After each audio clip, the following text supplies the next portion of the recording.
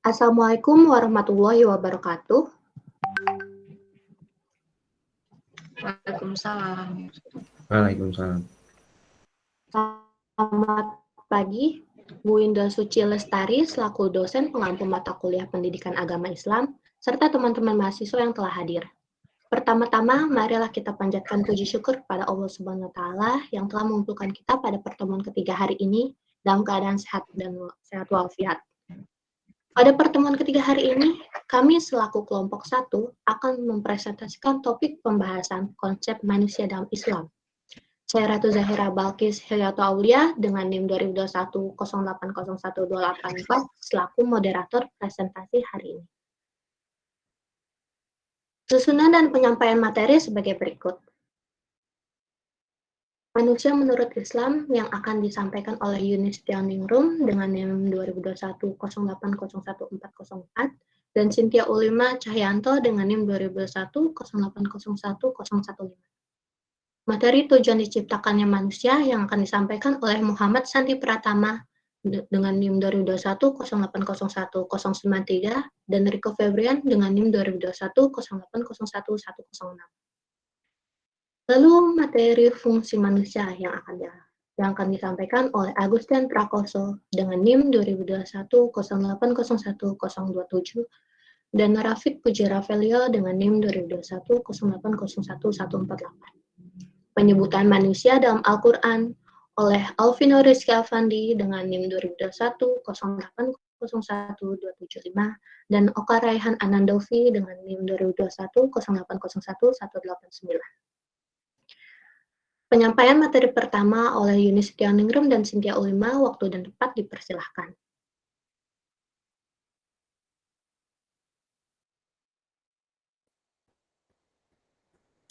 Langsung saja kita masuk ke pengertian manusia menurut Islam. Manusia adalah makhluk yang Allah Subhanahu wa Ta'ala ciptakan dalam bentuk sesempurnanya makhluk, yang derajatnya paling tinggi di antara ciptaannya. Manusia memiliki fisik, perasaan, hawa nafsu, juga akal yang membuat manusia berbeda dengan makhluk lainnya. Menurut pandangan Islam, manusia memiliki 3 hakikat. Di antaranya, manusia makhluk ciptaan Allah, manusia adalah makhluk individu dan sosial, dan yang ketiga, manusia merupakan makhluk yang terbatas. Artinya, manusia harus bergantung kepada penciptanya.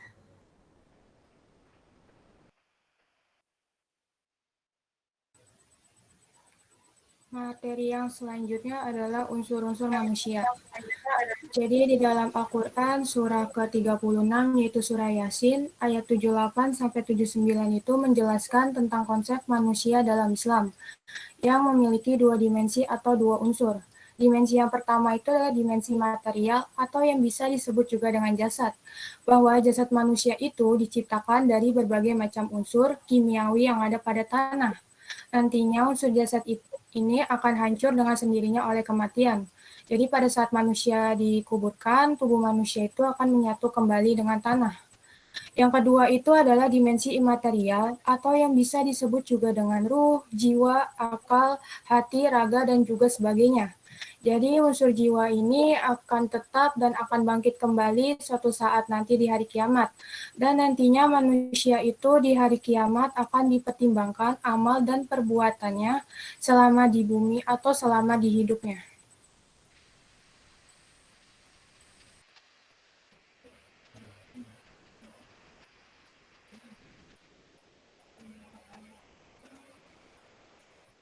Tujuan diciptakannya manusia, pada dasarnya Islam memandang manusia dan kemanusiaan secara positif.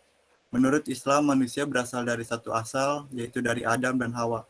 Manusia merupakan makhluk Allah Subhanahu wa Ta'ala dalam sebaik-baiknya bentuk. Di samping itu, manusia dibekali dengan ilmu dan akal serta kemampuan. Dengan demikian, dia punya kapasitas sebagai khalifah Allah di muka bumi. Allah Ta'ala menciptakan manusia setelah Adam dari saripati tanah, lalu berubah menjadi air mani yang disimpan di rahim.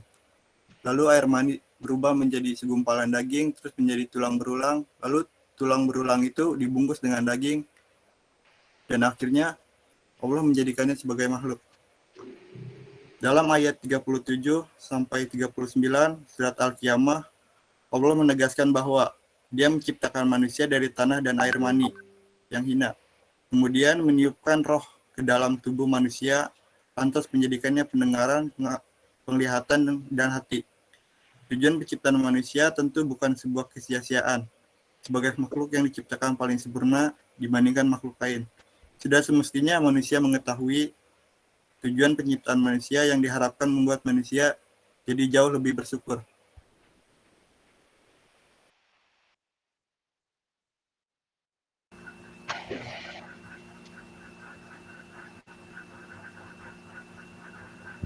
Tujuan diciptakannya manusia. Yang pertama, untuk beribadah kepada Allah Subhanahu wa Ta'ala. Tujuan manusia diciptakan menurut Islam yang paling utama adalah untuk beribadah dan bertakwa pada Allah Subhanahu wa Ta'ala.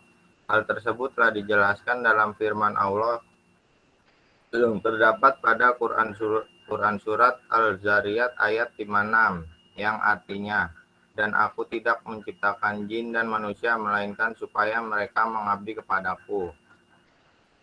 Yang kedua, untuk menjadi khalifah. Khalifah adalah hamba Allah yang ditugaskan untuk menjaga kemaslahatan dan kesejahteraan dunia.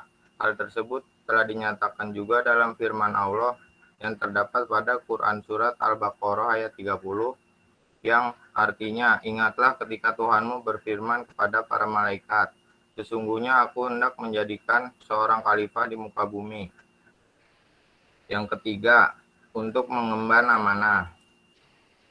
Tujuan ini berupa kesanggupan manusia memikul beban taklif yang diberikan oleh Allah Subhanahu wa Ta'ala. Tujuan penciptaan manusia ini mendidik orang-orang beriman supaya selalu memelihara amanah dan mematuhi perintah tersebut. Hal ini juga sudah dijelaskan pada Quran surat Al-Ahzab ayat 72 yang artinya, sesungguhnya kami telah mengemukakan amanat kepada langit, bumi, dan gunung-gunung. Maka semuanya enggan untuk memikul amanat itu dan mereka khawatir akan mengkhianatinya. Dan dipikulah amanat itu oleh manusia. Sesungguhnya manusia itu amat zalim dan amat bodoh. Yang keempat, sebagai bukti kelayakan saat di akhirat. Tujuan manusia diciptakan ini juga menjadi bukti kelayakan manusia akan ditempatkan di mana nanti saat di akhirat. Akhirat mempunyai dua tempat yang bertolak belakang, yakni surga dan neraka. Allah bisa saja langsung menciptakan manusia untuk seketika ditempatkan di keduanya tanpa alasan apapun, tetapi Allah tak melakukannya. Allah memilih membuat manusia di dunia terlebih dahulu untuk melihat sendiri amal perbuatannya sehingga layak ditempatkan di mana.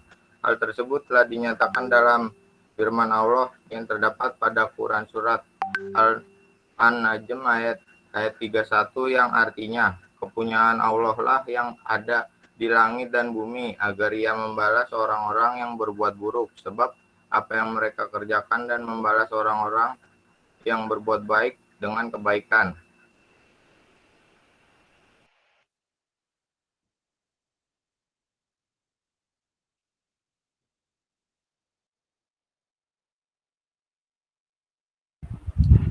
Fungsi manusia. Manusia sebagai makhluk sosial berasal dari satu keturunan Adam dan Hawa dan dijadikan Allah berbangsa-bangsa dan bersuku-suku agar mereka saling mengenal. Dalam bidang akidah, fungsi manusia terhadap Allah adalah meyakini bahwa tiada Tuhan yang berhak disembah kecuali Allah, seperti yang disebutkan di dalam Quran surat Az-Zariyat ayat 56 yang artinya, dan aku tidak menciptakan jin dan manusia melainkan supaya mereka beribadah kepadaku.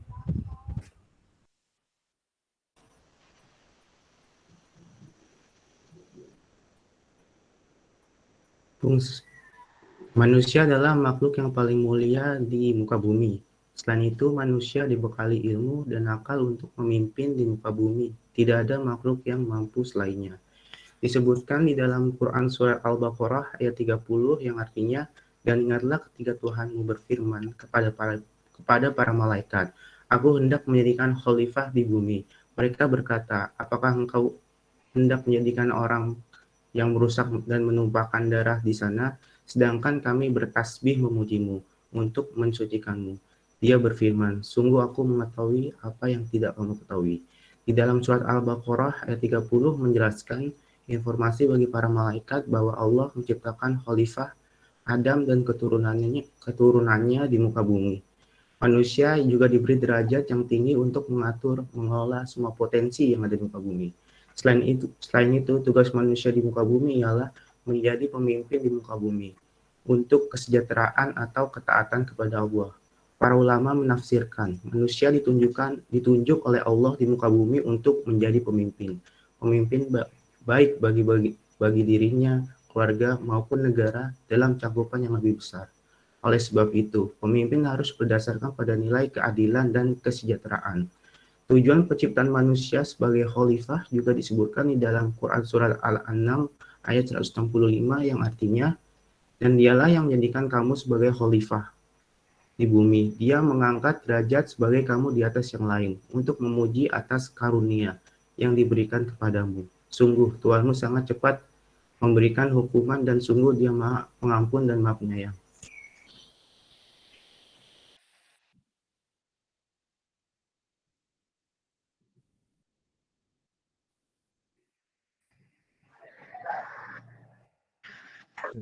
Selanjutnya adalah penyebutan manusia dalam Al-Quran. Di dalam Al-Quran terdapat 4 penyebutan manusia di dalamnya. Namun, di dalam Al-Quran terdapat kata atau lafaz yang berbeda-beda. Lafaz-lafaz tersebut terdiri dari kata Bashar, Bani Adam, Insan, dan Nas. Keempat lafaz tersebut memiliki arti yang sama, namun memiliki makna yang berbeda-beda.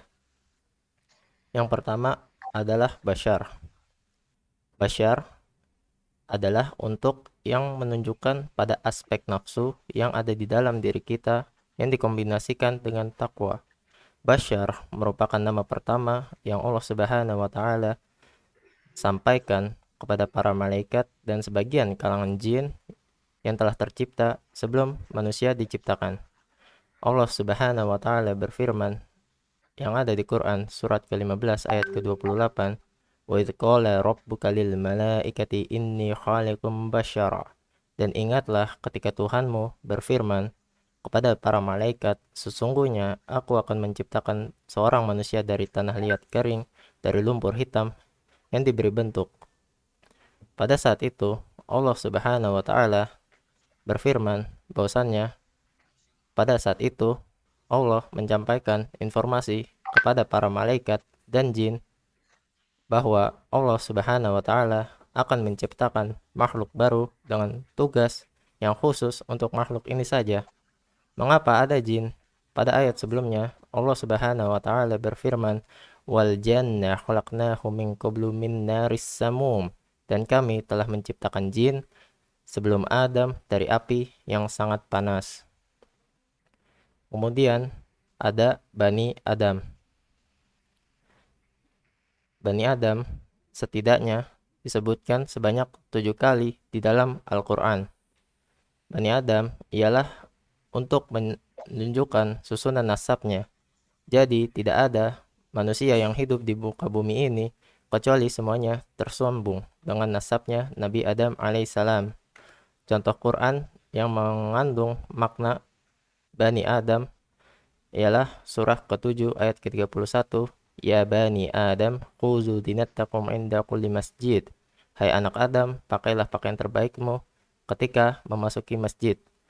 Oleh karena itu, semua keturunan dari Adam alaihissalam disebut Bani Adam. Yang ketiga, insan. Insan disebutkan sebanyak 65 kali dalam Al-Quran. Insan ialah untuk menunjuk bahwa manusia berbeda dengan makhluk lainnya. Dalam Al-Quran menyebutkan 2 hal. Yang pertama adalah memuji manusia. Yang kedua adalah ketika Al-Quran mencela manusia. Karena dari potensi-potensi yang dimiliki manusia itu, manusia juga dapat menjadi makhluk yang tersesat. Yang keempat, nas. Kata ini dinyatakan dalam Al-Quran sebanyak 240 kali yang tersebar dalam 53 surat. Kata Al-Nas menunjukkan pada hakikat manusia sebagai makhluk sosial dan ditunjukkan kepada seluruh manusia secara umum tanpa melihat statusnya apakah beriman atau kafir. Kata Al-Nas juga dipakai dalam Al-Quran untuk menunjukkan bahwa karakteristik manusia senantiasa berada dalam keadaan labil. Meskipun telah dianugerahkan untuk mengenal Tuhannya, namun hanya sebagian manusia yang mau menggunakan sesuai dengan ajaran Tuhannya. Sedangkan bagian yang lain tidak menggunakan potensi tersebut, bahkan ada yang menggunakan untuk menentang kemahakuasaan Tuhan. Penunjukan sifat ini dikatakan Allah Subhanahu wa Ta'ala dengan menggunakan kata wamin al-nas. Dengan berpijak pada pemaknaan tersebut, dapat dikategorikan manusia sebagai makhluk yang berdimensi ganda, yaitu sebagai makhluk yang mulia dan tercela.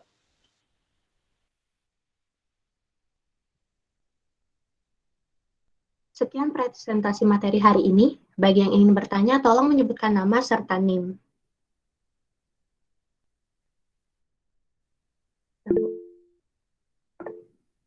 Ya, untuk Fitri Nurutami.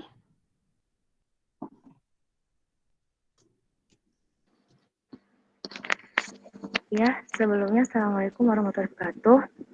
Perkenalkan, nama saya Fitri Nur NIM 2021 0801 030.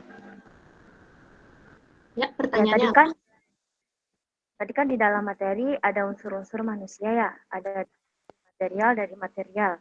Nah, yang mau saya tanyakan itu kan dimensi material terdiri dari ruh, jiwa, akal, dan lain sebagainya. Nah, kira-kira apa sih perbedaan di antara jiwa dan ruh dalam manusia, dan apa maksud di antara kedua tersebut?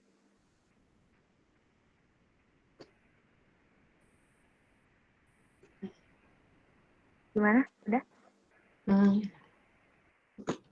Jadi perbedaan antara jiwa dan ruh ya? Ya. Yang singkatnya.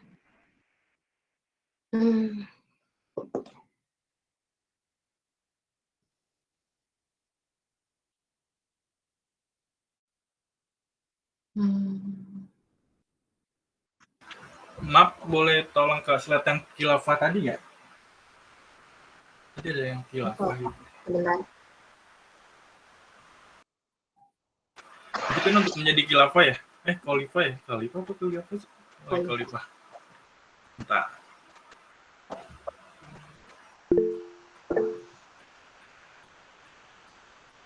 Kan salah satu tugas manusia sebagai khalifah, sedangkan manusia banyak berbuat kerusakan di bumi ini.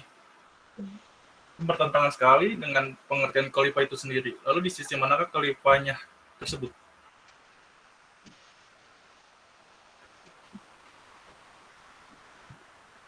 Nama untuk NIM-nya Feria Priawanto 2020 080 1465. 14.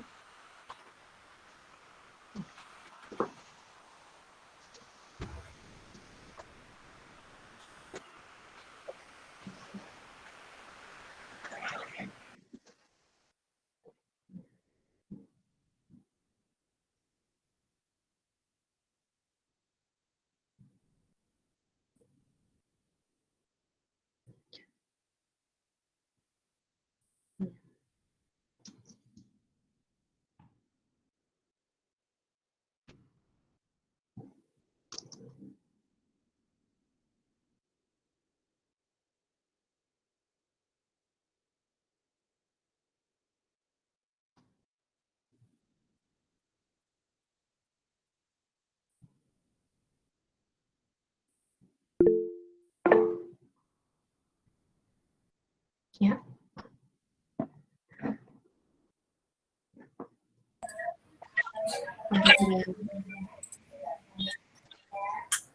Ya, sebelumnya Assalamualaikum warahmatullahi wabarakatuh. Saya Rian Ben Harun Barlongo dari dengan NIM 20210801 246. Dari yang saudara Muhammad Sandi Pratama jelaskan itu, Allah meniupkan roh ke dalam tubuh manusia. Apakah hal tersebut mengartikan kalau manusia itu termasuk dari bagian Allah? Itu aja sih.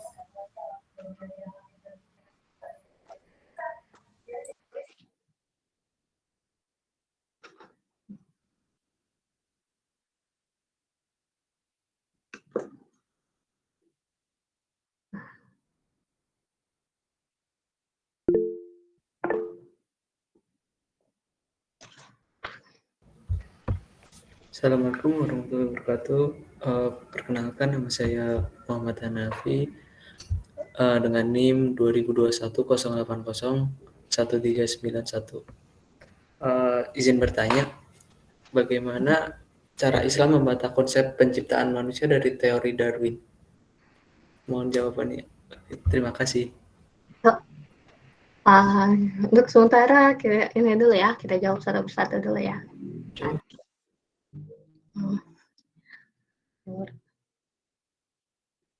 Yang pertama.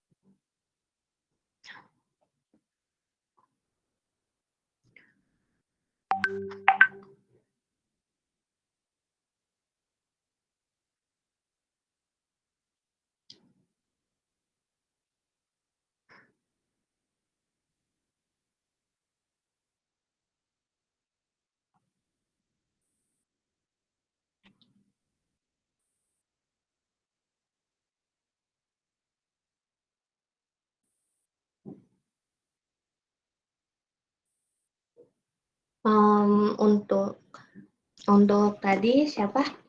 Fitri Nurutami. Dalam pertanyaannya yaitu perbedaan jiwa dan ruh. Jiwa pada dasarnya merupakan zat yang labil kualitasnya, bisa naik dan kotor, bersih, dan seterusnya. Jiwa adalah zat dalam diri kita yang memiliki kemampuan untuk memilih, sedangkan ruh adalah zat yang menyebabkan munculnya kehidupan pada benda-benda mati, sekaligus menularkan sifat-sifat ketuhanan kepadanya.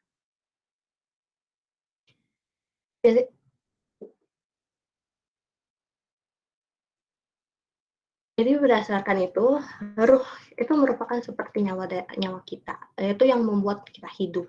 Sementara jiwa adalah karena kita hidup, kita memiliki tanggung jawab. Dan setelah itu, kita memilih apakah kita akan berbuat baik ataupun berbuat buruk. Sekian untuk pertanyaan Fitri Nurutami. Berikutnya untuk pertanyaan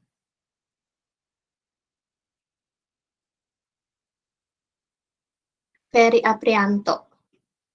Tadi berkata kalau khalifah tapi merusak.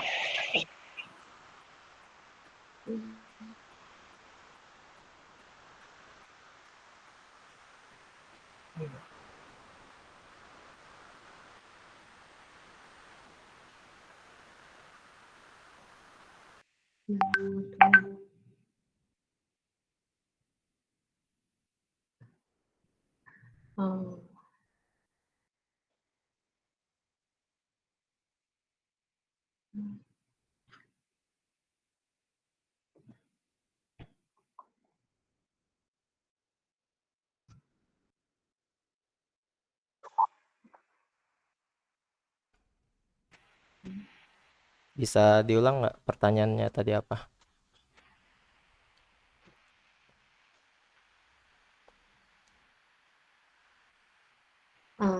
Siapa? Ferry Apriawanto, tolong untuk mengulang pertanyaan. Ya, udah lupa tadi.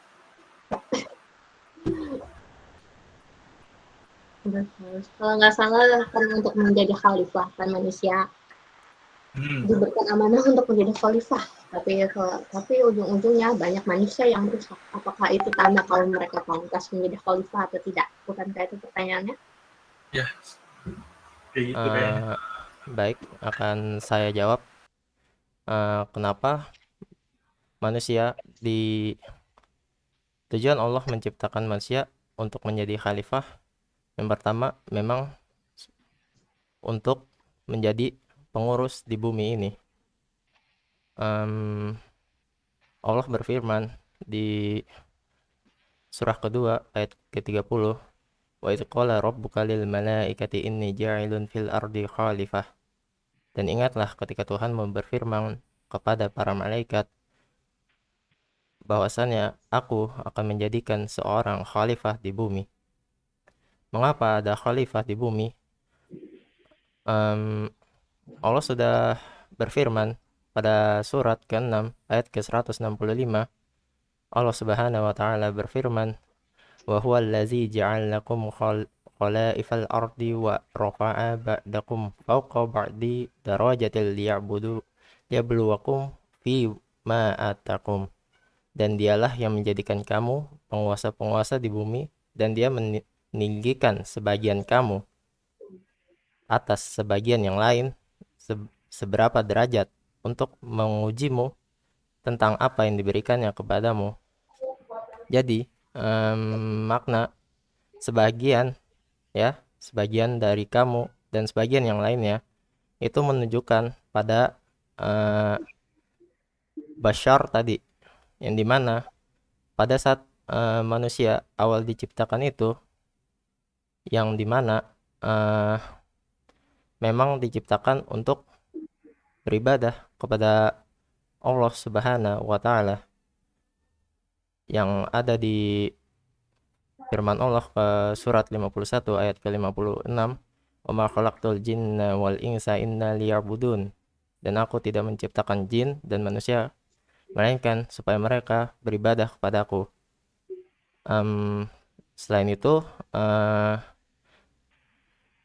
mengapa kita diperintahkan untuk beribadah kepada Allah Subhanahu wa Ta'ala? Memang kalau tujuan kita diciptakan itu memang pada dasarnya untuk beribadah kepada Allah Subhanahu wa Ta'ala. Karenanya pada saat penciptaan manusia itu di dalam Al-Quran menyebutkan bahwasannya manusia itu dikombinasikan dengan nafsu dan takwa. Mengapa? Karena di dalam Al-Quran itu kata takwa itu disebutkan sebanyak 115 kali dan juga nafsu sebanyak 115 kali. Di antara takwa dan nafsu itu terdapat kita, bashar, manusia, yang dimana manusia tersebut memiliki potensi benar dan potensi keliru. Oleh karena itu, kita, jiwa kita terkadang didorong oleh malaikat untuk berbuat kebenaran, dan juga syaitan yang mendorong kita untuk berbuat keburukan. Dan contoh kasusnya seperti Nabi Adam alaihissalam yang pernah keliru bahwasannya Allah sudah memerintahkan dia untuk tidak memakan buah kuldi. Namun karena nafsunya, godaan syaitan, Nabi Adam dikeluarkan oleh Allah Subhanahu wa Ta'ala. Tapi karena Adam alaihissalam merupakan manusia seperti kita, bukan syaitan, maka Nabi Adam diberi peluang oleh Allah Subhanahu wa Ta'ala untuk bertaubat. Melainkan dengan syaitan yang sudah Allah beri peluang untuk bertaubat, maka jiwa syaitan tersebut menolak karena ada rasa ujub pada dirinya yang merasa dirinya lebih baik daripada Adam. Sedangkan syaitan itu sendiri terbuat dari api, sehingga membuatnya membakakan diri, karena bahwa api tersebut lebih baik daripada kita yang dibuat dari tanah, yaitu Adam alaihissalam. Mungkin itu saja yang bisa saya jelaskan tentang kenapa manusia berbuat kerusakan di bumi. Sekian, terima kasih. Oke, untuk pertanyaan berikutnya Muhammad Hanafi, tolong diulangi pertanyaannya.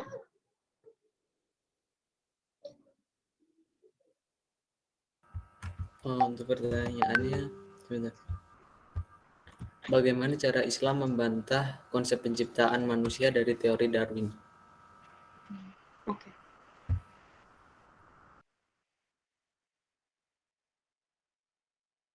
Dari konsep teori Charles Darwin ya. Seperti yang kita tahu, teori Charles Darwin adalah di mana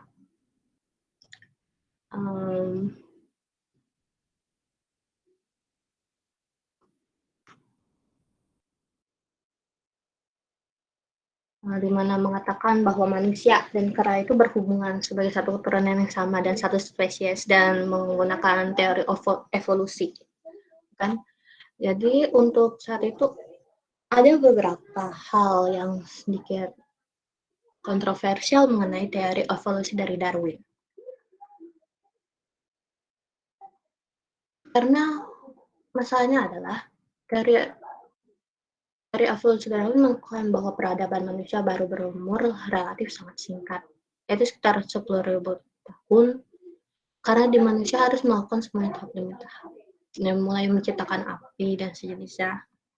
Tapi sebagai yang tahu, telah ditemukan situs gunung padan yang berusia 20.000 tahun dan matahari dan sejenisnya. Lalu setelah itu bagaimana dengan kesadaran kita? Maksudnya sebagai kita yang maksudnya bukan hanya otak kita, maksudnya seperti kesadaran di mana kita membutuhkan agama, bagaimana kita atau jadi apakah semua begitu saja hanya karena evolusi? Kalau gitu bagaimana dengan kera yang maksudnya kita di sini masih ada kera bukan? Jadi bagaimana kalau mereka tidak seperti kita? Maksudnya mereka tidak seperti kita dan apa itu artinya kita benar-benar berevolusi dari kera atau tidak? Sekian, semoga menjawab pertanyaannya. Untuk Rian Harun baru tolong untuk pertanyaannya apa ya tadi sedikit. Untuk pertanyaan tadi ini, Allah kan tadi dijelaskan Allah meniupkan roh ke dalam tubuh manusia ya. Hal tersebut, apakah hal tersebut mengartikan bahwa manusia merupakan bagian dari Allah?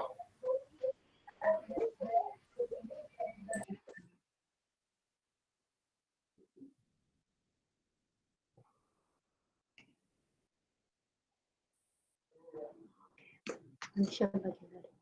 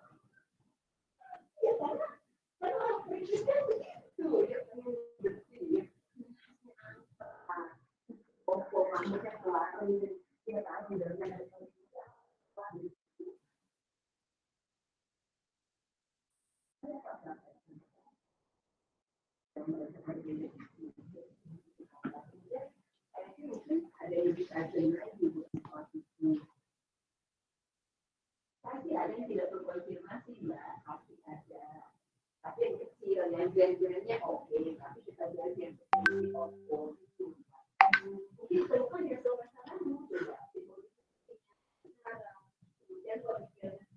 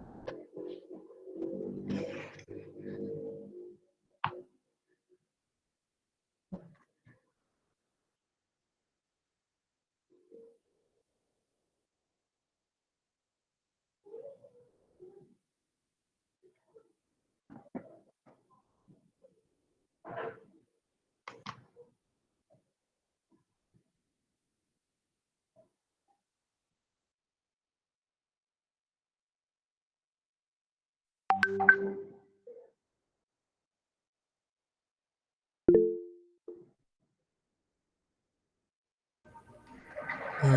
maaf sebelumnya, saya tadi belum puas dengan jawaban yang Anda sampaikan. Apakah saya diizinkan bertanya lagi?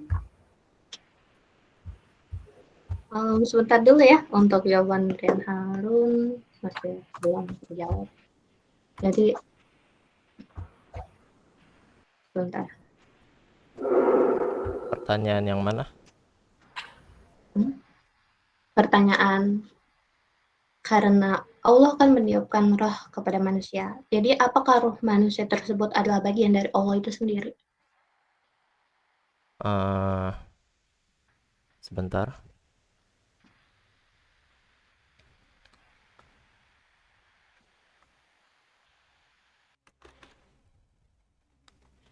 Izin menjawab untuk pertanyaan yang tadi,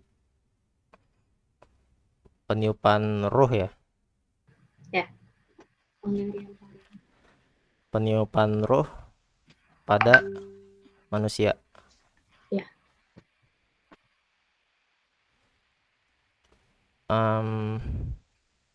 Sebenarnya kita itu pada saat di janin, pada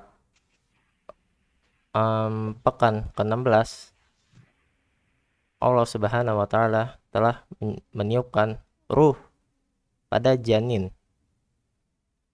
Dalilnya dalam hadis sahih, Allah Subhanahu wa Ta'ala meniupkan ruh di usia kandungan 4 bulan. Sedangkan mayoritas ulama, ruh mulai ditiupkan pada janin pada usia 120 hari atau sekitar 4 bulan juga. Rasulullah Shallallahu alaihi wasallam bersabda, "Inna ahadakum yujma'u khalaqahu fi batni ummihi arba'ina yawman nutfatan summa yakunu alaqatan misla dzalika summa yakunu mudghatan misla dzalika summa yursalu ilaihil malaku fayanfuqu fihi ar-ruha." Yang artinya, sesungguhnya tiap-tiap kamu dibentuk dalam perut ibunya selama 40 hari, berbentuk nutfah atau tetesan air, mani, kemudian menjadi alaqah, segumpal darah, selama 14 hari, kemudian menjadi mudghah, segumpal daging, selama 40 hari, kemudian dikirimkan malaikat untuk meniupkan ruh pada janin tersebut.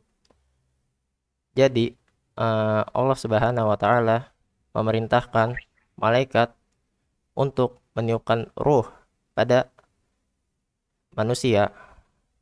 Oleh karena itu kita dilarang oleh Allah Subhanahu wa Ta'ala untuk menggambar makhluk yang bernyawa, karena terdapat ancaman yang sangat berat terhadap perilaku tersebut. Dalilnya, kalau Allah Ta'ala dari hadis Aisyah radhiyallahu anha di Sahih Muslim, kitab yang keduanya, asyadun nas azaban yaumal qiyamatil ladzina yudkhuna bi khalqillah.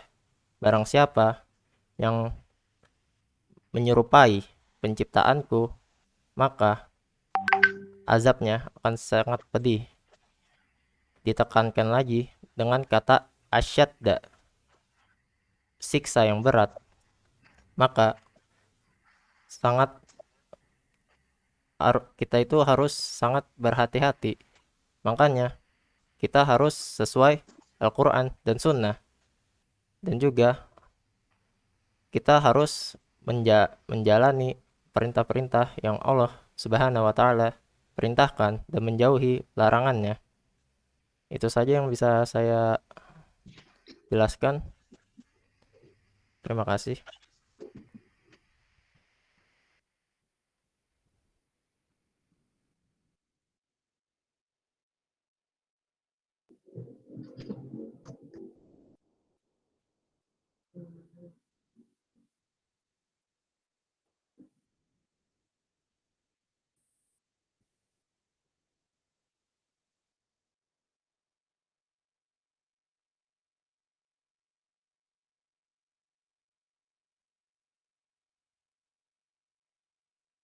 Sama boleh izin untuk menambahkan yang pertanyaan yang teori Darwin tadi. Ya, silahkan. Sebenarnya kita umat Islam harus mengikuti Al-Quran dan Sunnah sebagaimana yang Al-Quran terangkan kepada kita bahwasannya contoh Quran surat ke-95 ayat keempat, laqad khalaqnal insana fi ahsani taqwim. Sesungguhnya kami telah menciptakan manusia dalam bentuk yang sebaik-baiknya. Jadi Allah Subhanahu wa taala telah menciptakan kita dengan bentuk sebaik-baiknya. Kenapa kita harus berteori bahwa kita evolusi dari sebuah hewan? Sedangkan hewan itu tidak memiliki akal, melainkan nafsu. Oleh karenanya, kita tidak boleh menjadikan hewan sebagai manusia, sedangkan manusia menjadi hewan. Apakah hewan akan, jika kita beri pakaian, semisal sapi, kita beri pakaian berupa daster, apakah dia akan nyaman? Apakah dia akan melakukan kegiatan yang biasa sapi lakukan dengan nyaman? Oleh karenanya, manusia ini, kita, sudah disampaikan berulang kali dalam Al-Quran, sehingga kita hanya perlu melakukan yang sesuai dengan sunnah Rasulullah Shallallahu Alaihi Wasallam. Itu saja yang bisa saya tambahkan. Sekian, terima kasih.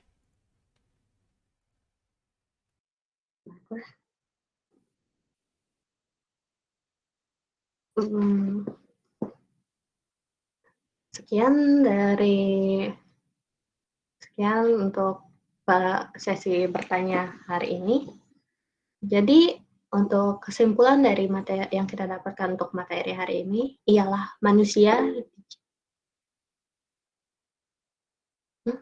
Sesi tanggapan. Jadi apakah ada audiens yang ingin menambahkan atau menanggapi sebagai tambahan nilai seperti kata Bu Indah Suci?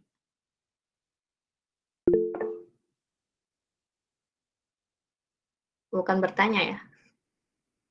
Jadi siapa yang angkat tangan? Alwi Rihat. Ya. Assalamualaikum warahmatullahi wabarakatuh. Nama saya Alwi Rihat dengan NIM 2021 0801 131. Saya ingin memberi tanggapan. Dalam segi presentasi sudah menarik dan dalam penyampaian juga sudah sangat jelas. Tapi dalam menjawab pertanyaannya untuk hanya Alvino dan Zahira yang menjawab, yang lainnya kurang kooperatif. Udah segitu aja. Terima kasih. Ya. Lalu apakah ada lagi? Ananda Kalila, ya, untuk Ananda Kalila.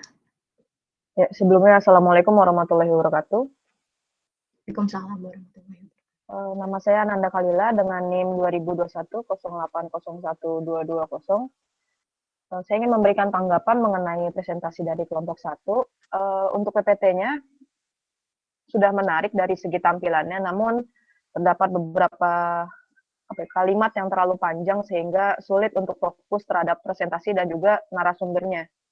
Jadi mungkin bisa dibuat lebih singkat lagi, lebih ke poin-poinnya. Lalu untuk sesi pertanyaan tadi mungkin dalam merespon kurang merespon jawaban yang diminta dari si penanya. Jadi mungkin kurang tepat jawabannya atau gimana. Jadi, ya. Namun untuk pembahasan materinya sudah sangat bagus. Terima kasih. Terima kasih juga. Lalu apakah ada lagi?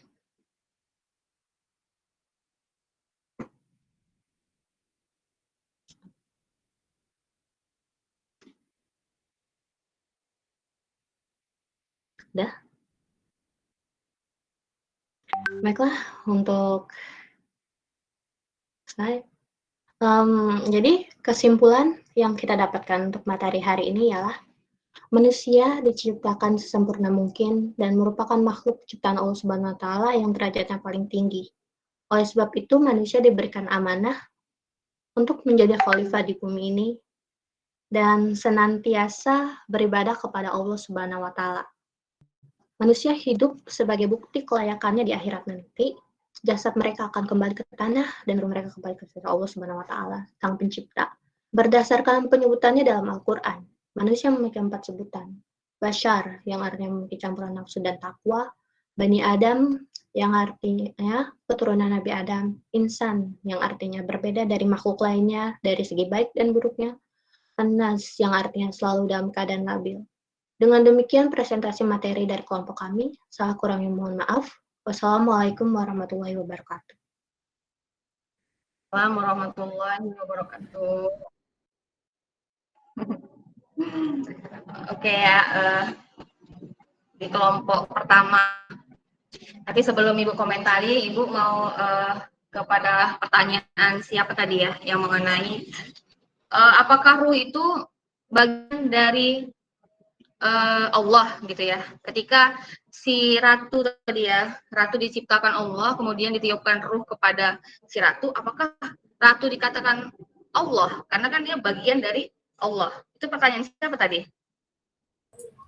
Saya, Bu, Rian Harun. Saya. Dari Rian ya? Iya, Bu, ya. Ya, oke. Tadi Ibu belum ada, atau Ibu mungkin keluar masuk ya, tapi Ibu belum ada mendengar jawabannya, masih apa ya, masih misalnya masih ya ngambang gitu ya. Nah, jadi sebenarnya kalau kita berpacu pada pertanyaan si Rian, coba kalian buka surah apa namanya Al-Isra ya, ayat ke-85.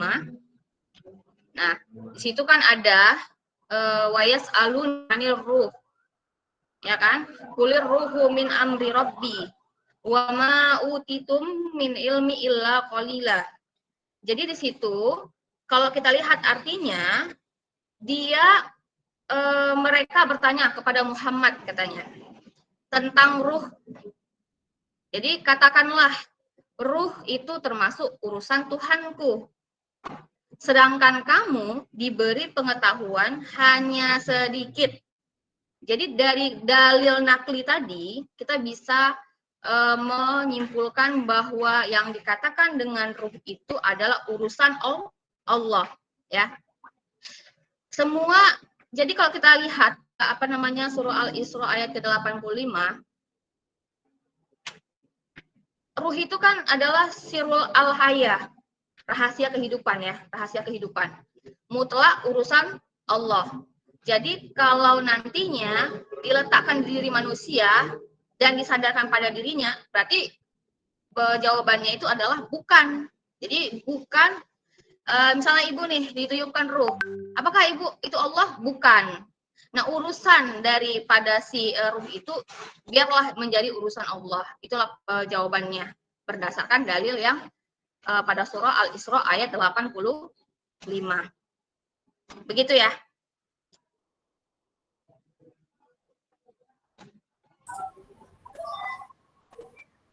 Ya. Kemudian Ibu ada dengar juga dari pertanyaan siapa tadi ya, yang tentang apa namanya? Tentang apa, Darwin ya, kalau nggak salah teori Darwin ya. Nah, jadi sebenarnya Ibu ingin di tanggapan tadi Ibu suruh buka sesi tanggapan gitu. Tujuannya apa? Tujuannya agar kalian yang audiens menyampaikan kira-kira apa ya yang kurang yang ada di pikiranku sekarang ini tentang yang pertanyaan tadi yang belum lengkap aku sampaikan nih gitu. Selain mengomentari mengenai kelompok 1, jadi bisa menambahkan. Jadi kalau misalnya Ibu bilang buka sesi tanggapan, berarti itu bisa menambahkan, bisa mengomentari, bisa mengkritik, itu terserah kalian. Tapi poin yang paling tinggi adalah menambahkan jawaban dari punyanya punya kelompok satu. Nah, jadi masalah teori Darwin tadi juga kayak masih ngambang gitu ya, belum masuk kepada ininya. Cuman Ibu menambahkan saja, kalau kalian nanti buka teori Darwin, coba kalian cari-cari searching gitu ya, teori Darwin. Nah, dia ada itu kira-kira mengenai yang dibahasnya mengenai kekuatan hidup di dunia. Jadi siapa-siapa aja yang bisa bertahan hidup gitu. Siapa-siapa aja yang bisa bertahan hidup, dialah yang akan hidup. Ada teorinya seperti itu. Selain teorinya yang soal kera ya. Tapi ada juga teorinya mengenai seleksi alam ya, seleksi alam. Nah, kalau kita lihat nanti kalau kalian baca ya, seleksi alam itu kan seleksi akibat sumber daya alam ya, yang terbatas.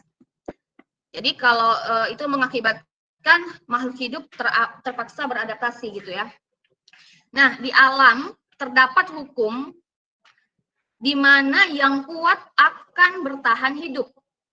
Artinya kalau yang lemah ya dia cepat punah gitu ya. Misalnya nih, dalam kompetisi mendapat makanan gitu ya. Ketika bayangkan ada jerapah ya. Dulu menurut teori Darwin, dulunya jerapah ini lehernya pendek.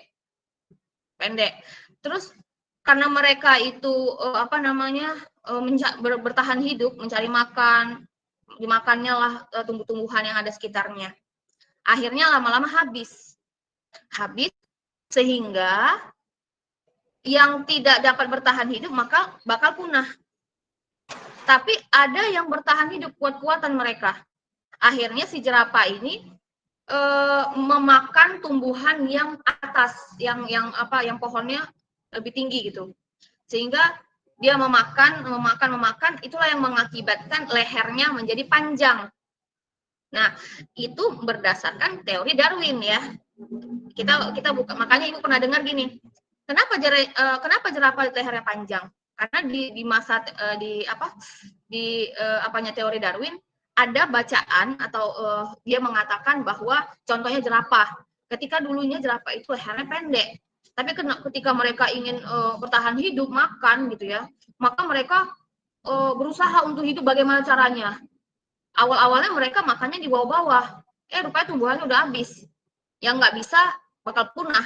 Tapi yang ada bertahan, mereka sanggupin untuk lehernya memanjang untuk mengambil tanaman atau makanan itu. Sehingga makanya lahirlah jerapah-jerapah yang lehernya panjang.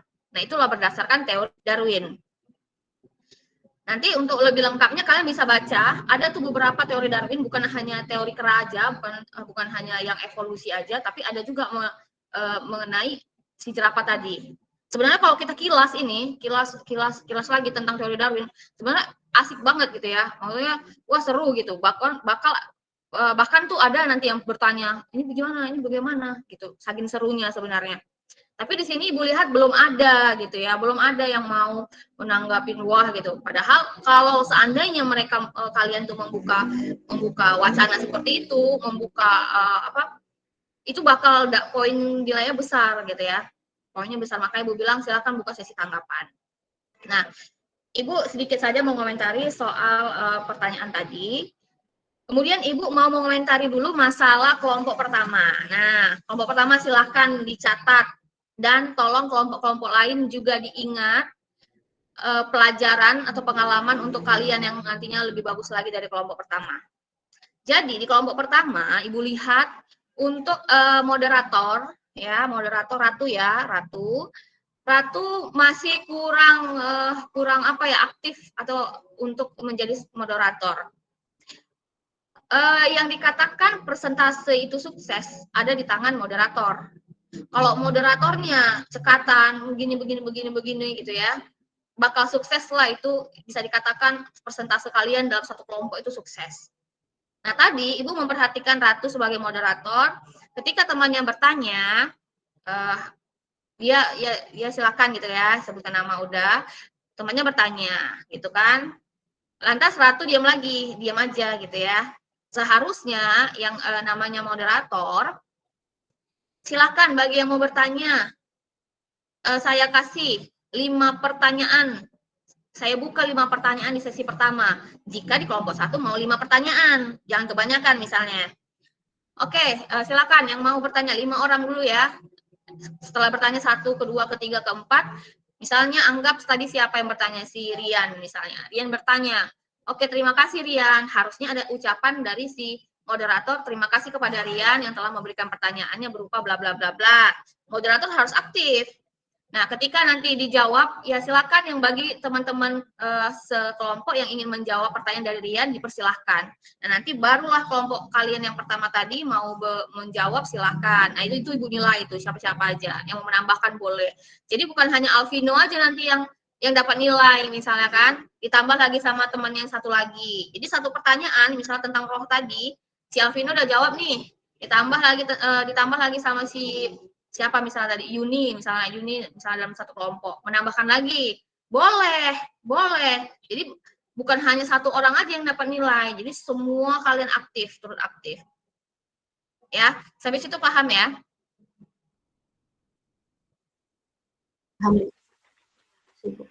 Ya, jadi Ibu harap ke depannya untuk kelompok 2, kelompok 3 dan seterusnya, tolong diperhatikan kembali masalah kelompok ini. Kelompok pertama karena mereka baru awal ya, nggak apa-apa lah, namanya baru awal ya. Mudah-mudahan kelompok kedua Ibu inginkan untuk lebih baik lagi dari kelompok pertama ya. Kemudian jangan lupa kalau dibuka sesi tanggapan itu kesempatan bagi kalian untuk penilaiannya. Nah, kira-kira jawaban si Aldino kurang gitu misalnya kan.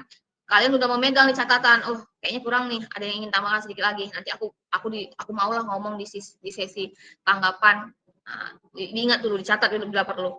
Nanti ketika dibuka sesi tanggapan, baru drum ya kan. Langsunglah siapa-siapa yang namanya Ibu catat tuh nama-namanya siapa-siapa aja. Jadi kalau urusan mau komentari di sesi tanggapan juga boleh, tapi poinnya lebih besar yang bagian sesi menambahkan. Nah, untuk pemateri, Ibu lihat sudah bagus-bagus semuanya. Cuman, satu lagi yang kurang adalah pemateri di kelompok 1 itu cuman membaca. Maksudnya membaca bla bla bla bla bla bla gitu. Kayak kesannya membaca gitu. Jadi usahakan nanti bagi pemateri-pemateri yang lain yang mau nampil, memberikan penjelasan, usahakanlah kayak kita menjelaskan, oh begini gitu ya, ceritakan dia. Jangan kayak seolah-olah kita membaca, kan kayaknya kesannya kita jadi ngantuk. Ibu aja tadi hampir kayak membaca, jadi kayak kurang seru gitu ya. Kemudian untuk si siapa tadi ya, yang menjawab Aldino ya, Aldino. Nah, Aldino lumayan benar kan? Alvino ya, oke. Ya. Benar kata si yang menanggapi tadi, Alvino menanggapi terus-terus gitu ya. Di antara teman-teman yang lain lebih kelihatan Alvino gitu dalam menanggapi. Nah, jadi Ibu mau saling kerjasama supaya nilai kalian ini bagus. Jadi kalau misalnya nanti kelihatan Alvino aja nih yang menjawab, berarti Alvino lebih bagus nilainya. Jadi kalau bisa, kalau si Alvino nanti dapatnya nilainya 9, berarti satu kelompok ini akan dapat nilai 9. Bagaimana caranya, Bu? Sesuai dengan si moderator tadi. Moderator yang bisa menangkap, menahan, melarang. Jangan begini, nanti di sesi kedua. Boleh, silakan. Bahkan boleh nanti, Bu, boleh Bu buat sesi dua kali pertanyaan. Boleh. Sesi pertama saya mau 5 pertanyaan, Bu. Sesi kedua saya buka lagi 3. Boleh. Itu tergantung moderator. Jadi suksesnya suatu presentasi itu disukseskan oleh moderator dan khususnya kerjasama dalam kelompok. Ya, itu aja ya dari Ibu. Kelompok 2 siap-siap maju nanti di sesi ke-3, 4, 5 ya, sesi ke-5. Mudah-mudahan kelompok kedua lebih baik lagi dari kelompok pertama ya. Nah, untuk kelompok 1 jangan lupa diupload ke YouTube ininya, rekamannya dengan format yang sudah ditentukan. Kemudian persiapkanlah laporan persentasenya itu yang dalam bentuk Word. Nanti kirimkan ke Ibu. kira-kira ya nanti Bu kabarin kapan waktunya, yang jelas mulai dipersiapkan dari sekarang. Gitu aja ya dari Ibu ya. Ada yang mau tanyakan lagi? Sebelum kita tutup, karena kita mau sholat Jumat.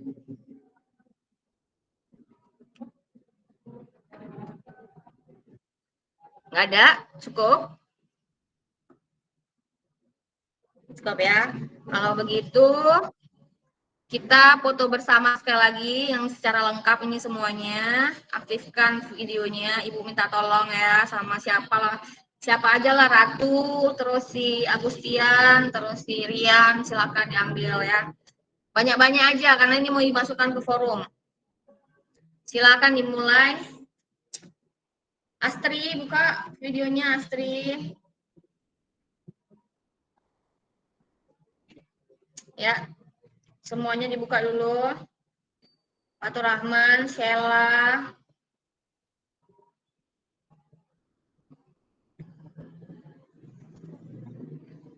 Cynthia. Kita foto bersama dulu ya. Silakan 1, 2, 3. Sudah di screenshot, Rian? Belum, Bu. Belum. Bentar, Bu. Rian sudah? Alvino? Sudah, Bu. Nah ya.